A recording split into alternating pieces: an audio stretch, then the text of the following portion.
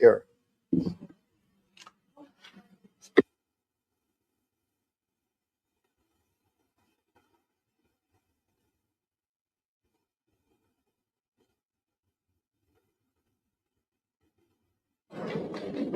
Thank you, Mr. Speaker. And Minister, thank you very much.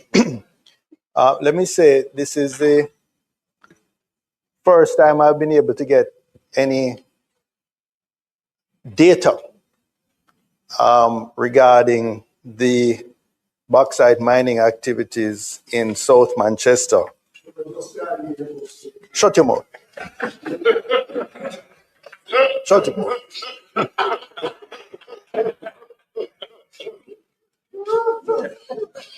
And, you know, if I were to just use one example in terms of the answers you gave me, when I asked about community development projects, you maybe Only one time. could you just turn on this speaker? It doesn't seem any better. Thank you.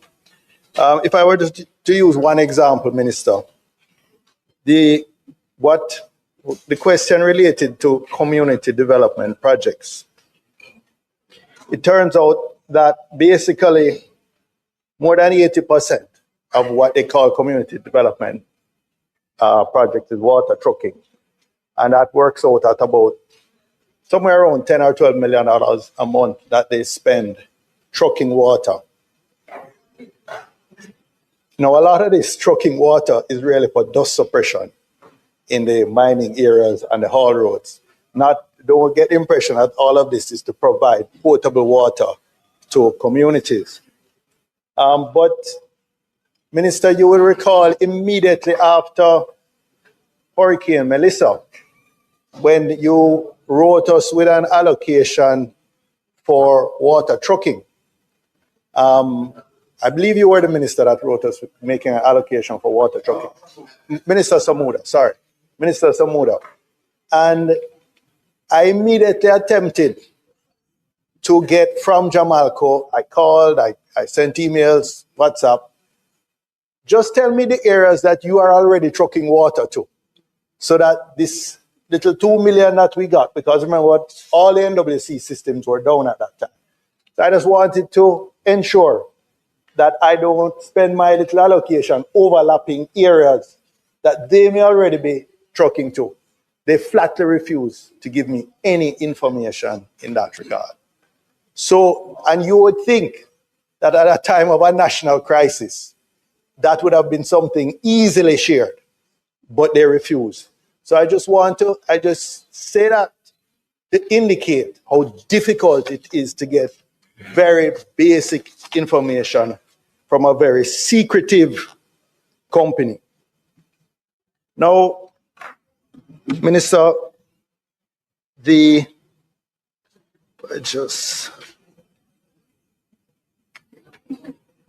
you've provided a lot of information, and I thank you for that. But let me just say, what matters to communities is not just the mining licenses, as those are necessary and those are important but not sufficient. Communities expect Jamalco to maintain its social license to operate through transparency, through early consultation when they're going to mine out new areas, through fair compensation, and through credible and timely rehabilitation of the areas that have been mined out. When you speak today, 70 hectares and 100 and this hectares and 1,000 hectares, it might be difficult for people to visualize what that means. But if you go into sections of South Manchester, I invite you, Minister, if you have not yet done so, to do a tour with this Member of Parliament. And there are sections that look post-apocalyptic. The areas are mined out. They look like a bomb fell on them. They have not been rehabilitated. Although no mining has taken place for over a decade in some cases, you see no rehabilitation. You see schools like Winston Jones look like it was marooned, like it was an island, because hectares and hectares, or acres and acres all around it had been mined out, and the school was just perched on an unmined spot and just the road to access the school. And that area has, since I've started my agitation, they've started rehabilitating it. But the officials of Jamalco go into communities that they're about to start mining or that are agitating for some relief. When they go in with a small army of private security and JCF personnel. And the communities find that show of force intimidating, and it immediately sets up a power imbalance. Then there's also a knowledge imbalance. Information is asymmetric.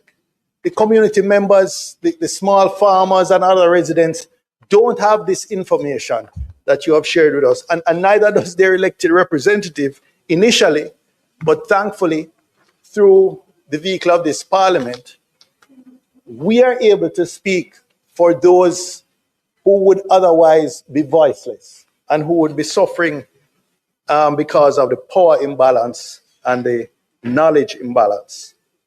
So the small farmers and representatives have to rely on, the small farmers and the other residents have to rely on their have to rely on their representatives. And that is why I'm asking, I hope the speaker will give us a little more indulgence, because I'm sure I'm not the only one who wants to ask questions and to make comments, because there are other MPs who have the impact, or whose communities suffer the impact of mining. So, Minister, you will be aware that for many years, for a long time, the receipts to the Treasury to finance from bauxite levy or from income tax have been dwindling to little or nothing. There are many quarters. Just when we did the third supplementary estimate, I believe it was reported that there was no bauxite levy that had been collected in the previous period. And we know that, rarely do the local subsidiaries report income to be liable for corporate income tax. And the claim has been for a long time that the industry is so marginal that it cannot afford. If they are to be pressed to maintain their obligations, because your answers here show they're way behind in terms of rehabilitation, in terms of resettlement, in terms of transferring titles, on every dimension we can imagine. They're not living up to their obligations under law and under the license. But their argument has been that the industry is marginal. If you pressure us to comply with our obligations, we're going to have to shut down. And this was even said at a recent community meeting by a representative of Jamalco. And they said, in any event, this is outside of our control. These decisions are made by Century Aluminum, the ultimate parent company of Jamalco. As you know, Minister, it's a joint venture, 55-45. The government of Jamaica, through CAP, owns 45% of it. So the residents and even us here in Parliament have to rely on the agencies, the government companies, such as Clarendon Alumina Productions, to represent the interests of the Jamaicans. But Minister, when I went to or let me ask it as a question, are you aware, and this is information from the website of the Cabinet Office, that the last report submitted by Clarendon Alumina Productions was for the period 2016-2017.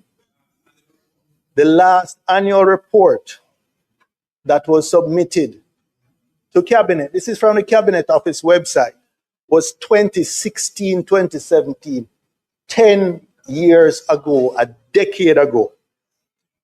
We rely on NEPA, the National Environment and Planning Agency.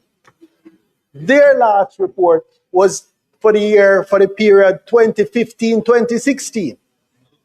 So all of these bodies where I should, as a member of parliament, be able to go to their reports to get updates, to get data on what is happening, because they have responsibilities under the various legislation, is really so out of date that it is pointless.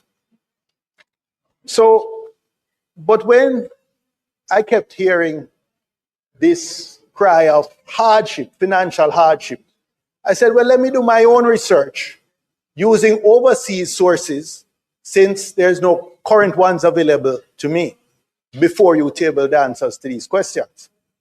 And to my surprise, between April and December last year, the share price of Central Aluminum had increased by 150%.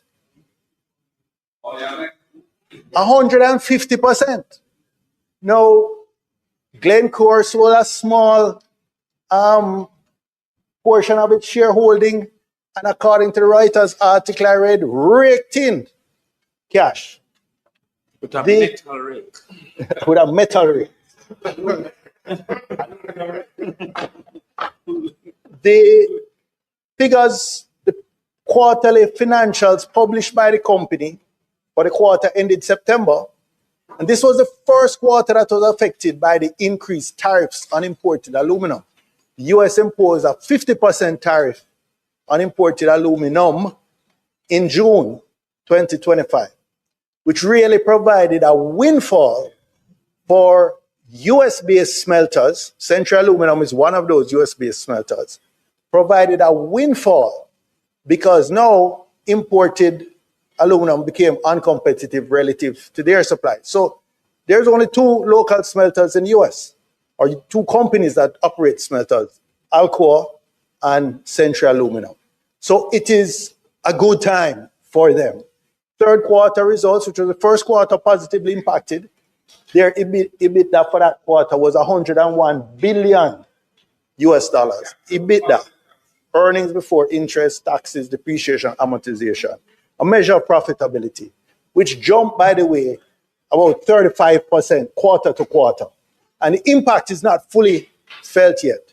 So the argument that we've been hearing that, ability to pay is constraining is difficult to swallow. And Minister, I therefore would hope that our responsible agencies, whether it be the Commissioner of Mines, whether it be NEPA, whether it be the JPI, whoever has those responsibilities, don't keep taking these excuses and now start to enforce much more assertively. I welcome, Minister, the penalty that you speak of that's going to be enforced, certainly for the first in a very long time, 25,000 US per hectare, and this will start by being applied to 70.83 hectares, which should have been certified long ago. My question is this penalty per annum, or is it a one-time penalty that after giving some forbearance is it applied? But what will happen next year or the year after if the same 70.83 acres is not rehabilitated? Right. Is it in lieu of rehabilitation, or is it going to be a recurring fine? So it creates an incentive for them to do the rehabilitation. So that's question one. The second has to do with this idea, or Minister, what I'll really tell you is an excuse where there are many mines, and you have here 40 hectares that have Mining has long stopped. And they say it's not yet been depleted. And when you look up in the corner of the mine, you see what appear to be a few truckloads left. Maybe 1 or 2% of the bauxite that had been in that particular pit. And it's left for so long that huge trees are growing now in the mined out pit, but yet no rehabilitation has started. And Minister, I don't accept this thing. I want to suggest to you that it is a scam. It is an excuse to not live up to their obligations. And I would like you, Minister, and I'm asking you, would you have the Commissioner of Mines do even partial certification of those pits? I don't think it's a legitimate reason. They can go and assess it. But even if it is, if 98% of the pit is mined out, they cannot then indefinitely leave it unrehabilitated for the 2% that is not. So I am therefore asking Minister, is there any power that the Commissioner of Mines has to compel them to at least, where way longer than 3 years has gone, to partially certify that pit and to rehabilitate the 90-odd% which has already been mined out?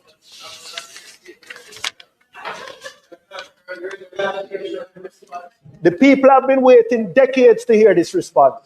So yes, member. The people have been waiting, but ask the question so that the minister can answer you. The questions. These are follow-up questions. Mr. Speaker, the minister has provided a lot of information. But ask questions, don't make statements. I'm asking follow-up questions, but I have Let me hear them.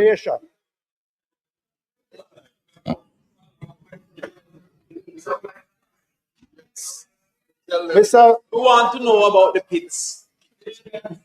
Yes. The pits that they Mr. Speaker, farmers are currently occupying. Remember to speak in the mic. Farmers are currently occupying 219 hectares of bauxite lands and using them for agricultural purposes. That's not a small amount, that's a significant amount of land. But because there is no formal leasing program, these farmers are left in a very precarious position, because at any time they can be given short notice to quit the land. And many of these 1,000 acres, that is rather 1,000 hectares that's left for mining, they may not get to this for another 5 years, another 10 years. So I don't see why an arrangement can be made to give these farmers formal tenure for whether 3 years, 5 years, 7 years, as the case may be, because there must be a plan in terms of how they're going to progress with their mining. And then this statement in answer to on the land management program B, where Jamaica does not maintain a record of crops damaged. Minister, I don't think this is acceptable. What this leads to is no accountability. This leads to no accountability. I think if the company doesn't do it, then certainly some agency of the government, whether RADA, whether JBI, whether the Commissioner of Mines, because if no record is being kept, then how do we hold them accountable? And similarly, with respect to C, that question was what methodology is employed to assess crop damage and determine compensation. And their answer was that compensation is determined on a case-by-case basis. Yes, no, Minister, I don't think that is acceptable. Again, because of the power imbalance, because of the information asymmetry. I don't know why we can't determine a measure, rather one of our experts to say, if it's pumpkin is a crop, what is the compensation for per acre or hectare of pumpkin, and so on. That can't be beyond us to develop a standard that is used to guide these compensation. Of course, each farmer may have a different mix of crops. So we know that it will be different. There will be some customization. But question, can't please. the question is, can't we establish an objective basis for compensation for replacement of crops? And with respect to the community councils, Minister, these councils were set up back in the day, some maybe 20 years ago. Question again, member, please. I'm going to ask the question if you'll allow me. No, but you're not asking a question, you're making a statement, and we have other members who want to ask questions. Get to the questions, please. Their pages of Get to the questions, sir. Member, get to the questions. Is the minister aware? Right. Sounds good. That these community councils were established decades ago, and the representation on the councils no longer represents the areas where mining is currently taking place, but where was being mined initially? Is the minister aware, and is the minister further aware that this frustrates proper representation on these community councils? And then I turn to resettlement.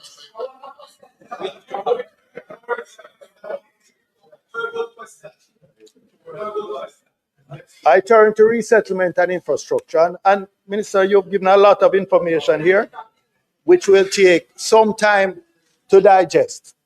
But what it shows is that there are hundreds of persons who have been resettled. And you speak to various communities. Some of these resettlements took place decades ago again. I have met individuals who... Question, member.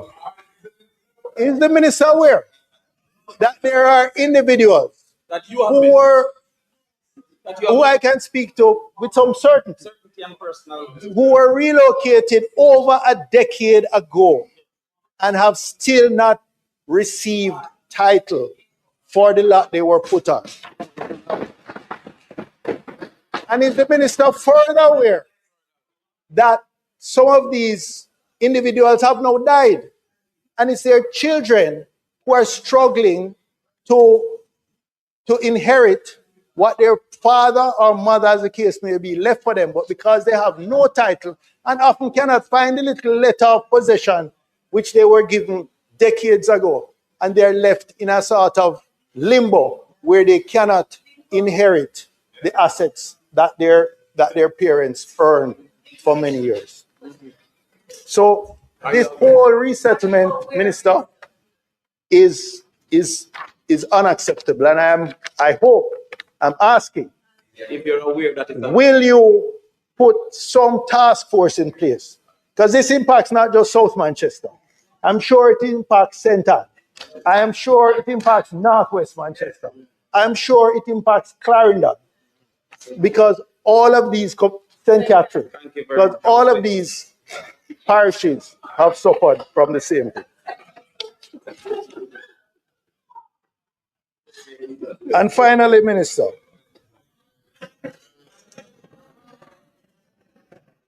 are you aware? The total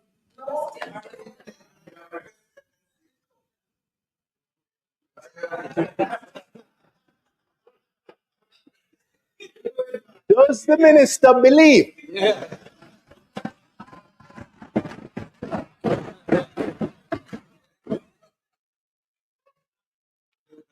that given the thousands of households that have been impacted by bauxite mining in South Manchester, or more broadly under this particular mining lease, that 50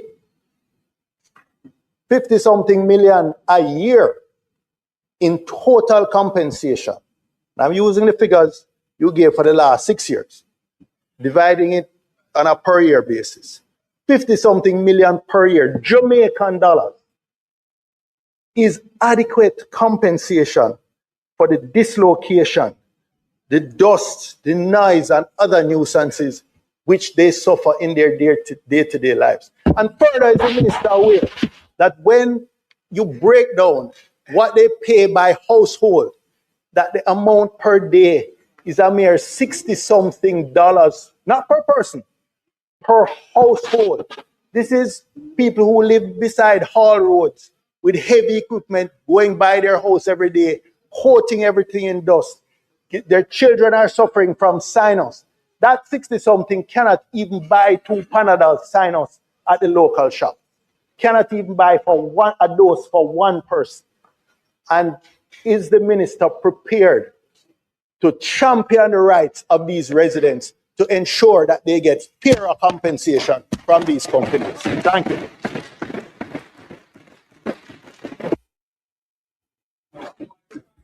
Member from Northwestern Manchester.